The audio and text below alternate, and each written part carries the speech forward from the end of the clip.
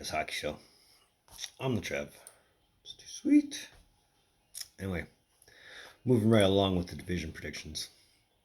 And as I said in the Atlantic, season starts in 3 weeks. So I'm behind. Yeah, I'm playing catch up. But either way, and as I also said, I'm not 100% sure on my picks, but these are the picks I'm going into videos with. And having said all that, I'm going to attempt to give you my Central Division predictions for the 21-22 season. And yeah, I don't know. It's hard to say which which five come out with playoff spots. It's easy to pick the last two. It's just the five, the 1-5, or the 1-7, sorry, 1-6, that I'm not 100% sure on, but this is what I'm going in with. Here's me attempting to predict the Central Division.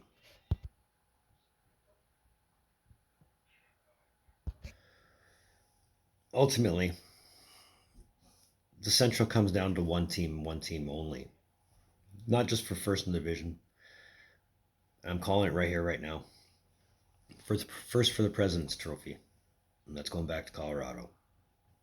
So there's your spoiler. 2-5, like I said, are the hard ones to pick. 6, 7, 8, I'm fairly confident in. But as with anything, these can change. And what looks good now, I like to think of the Central as the on-paper division because everything looks really solid and really tight on paper. When you get into the actual season, when the X factors come into play, everything gets a little bit different. But I'm going to attempt to predict the Central Division for the 21-22 season. Let's jump.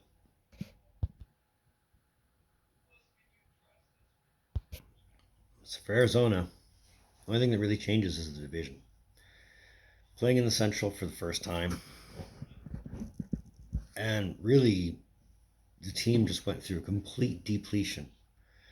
Like, they're set for picks as far as picks for the future is concerned, but that doesn't help them for the now. I mean, yeah, they picked up Gostisbehere. They lost Ekman Larson. They picked up Strawman, but they also picked up Eriksson and Russell from Vancouver. Now, Eriksson himself is just, he's a bad headache when it comes to player pay worth. They did acquire Dzingel out of Pittsburgh, so that was okay. But really, they lost more than they picked up. I mean, they traded Kemper to Colorado. It's one thing to trade your number one goalie. It's another one to trade him to your division rival. I don't know if that was ever considered, but so as far as picks is concerned, they're set for years, but that doesn't help them in the now. But they won't be 32nd overall, so that's some saving grace, really.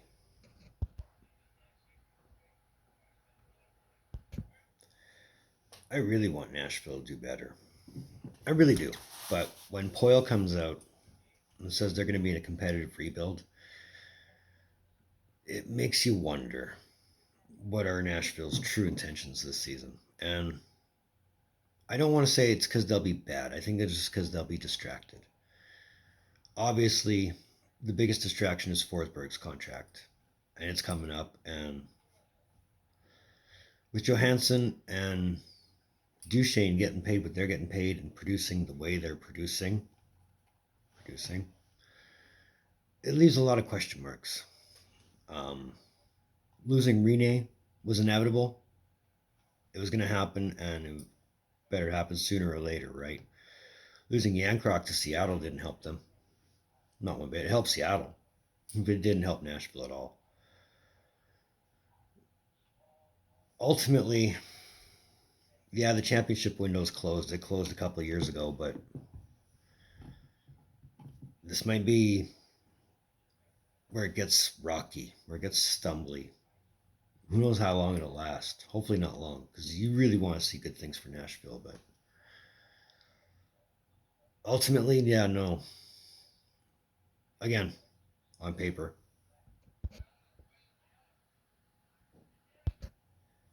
Now, it's not because Dallas will be bad. Dallas won't be bad. Dallas will just be in a very competitive top five, top six. And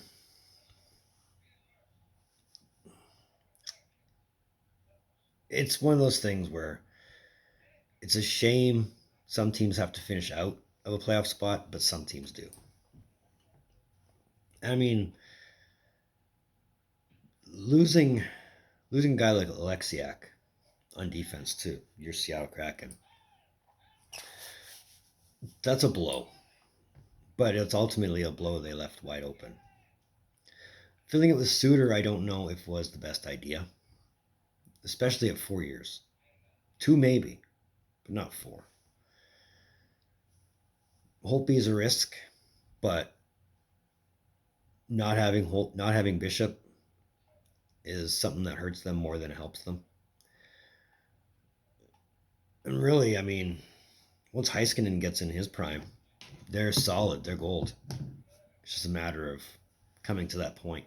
Either way, it'll be a hard sixth for them to swallow.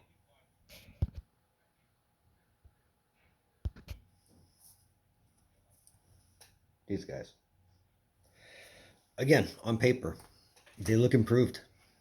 I mean, picking up both the Jones kids, Caleb and Seth Jones, in separate trades where they get rid of Duncan Keith, but they also get rid of Adam Boqvist. That, I think, is too much, but picking up Seth Jones along with a first rounder is not a bad thing. Picking up Fleury for pretty much nothing. And I mean, it's a matter of how long Fleury stays, but hard to really say if he'll stay in Chicago a complete season. They did manage to get rid of Seabrook.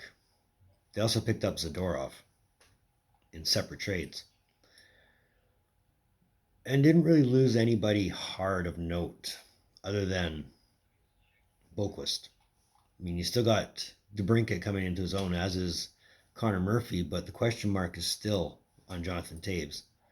The question mark is on Patrick Kane. And is he playing horribly hurt? He's playing hurt, yes. Is he playing horribly hurt? So based on their improvement, you want to see them in fifth, but no, I don't think they'll make the playoffs. I think out west it's going to stay 4-4 as well. So they'll be just outside the playoff bubble, but only by a handful of points. Not as close as in the Pacific. We'll cross that bridge when we get there. But ultimately, yeah, their improvement just isn't enough.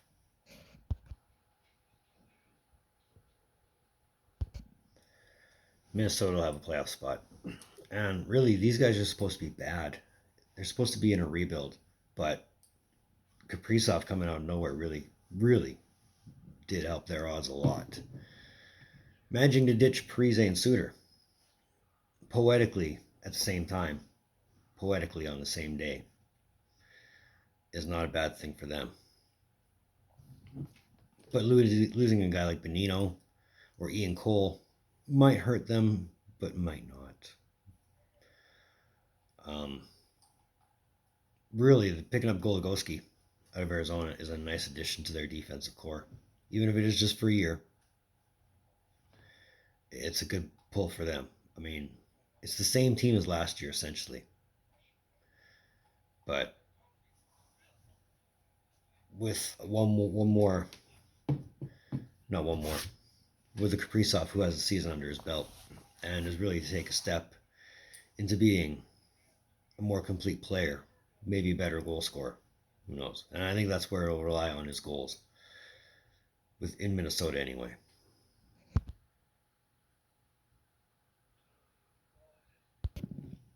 I think you're going to see a resurgence in St. Louis.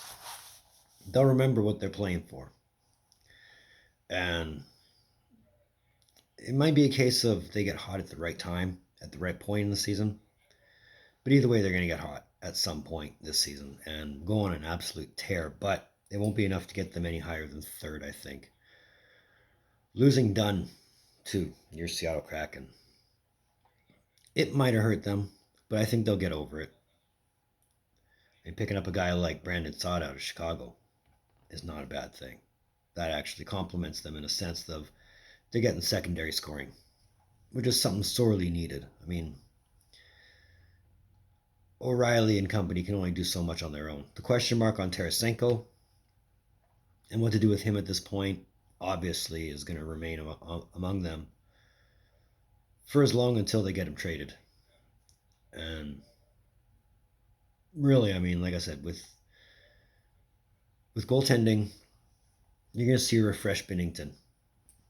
Like I said, you're going to see him back to his Stanley Cup form from a couple of years ago. I mean, I could be wrong, but I think it'll happen to St. Louis where they'll get streaky in a sense and see where their momentum rides them.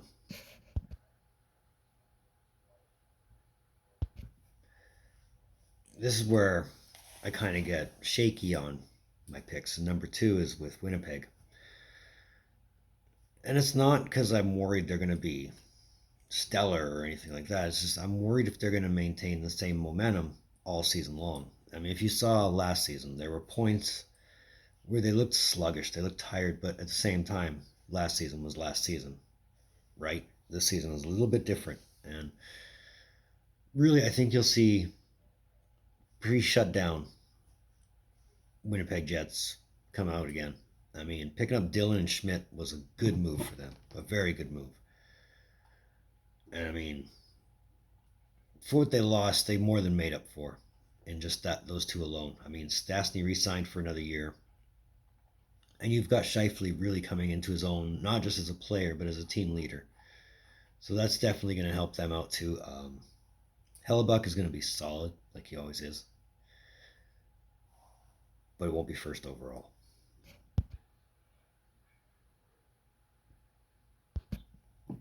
Now, I might just be buying into the hype, but as I said, I'm predicting it. Your President's Trophy winner is the Colorado Avalanche. Not much has changed. I mean, yeah, they lost Donskoy in the expansion draft. They lost Belmar to free agency. They lost Grubauer to free agency. Thanks, Colorado, for the goalie. And they lost Brandon Saad to free agency, but think of what they've kept.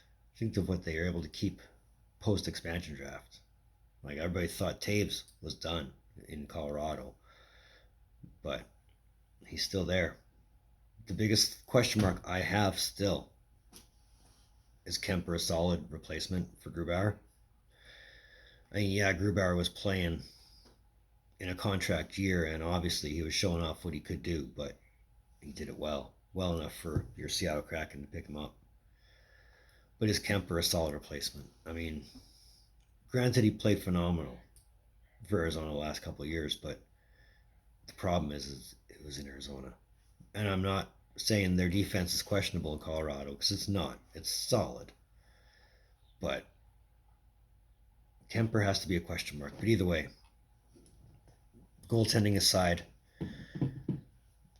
your big players, your McKinnons, your Landeskog's, your Makars, your Byfield. Byfield will definitely come in to his own starting this season. It's the same suspects you expect. Your Rantanens, for that matter. And Rantanen's going to be solid. Oh my, he's going to be solid. Either way, it's Colorado's President's Trophy to lose, and I don't think they're losing it.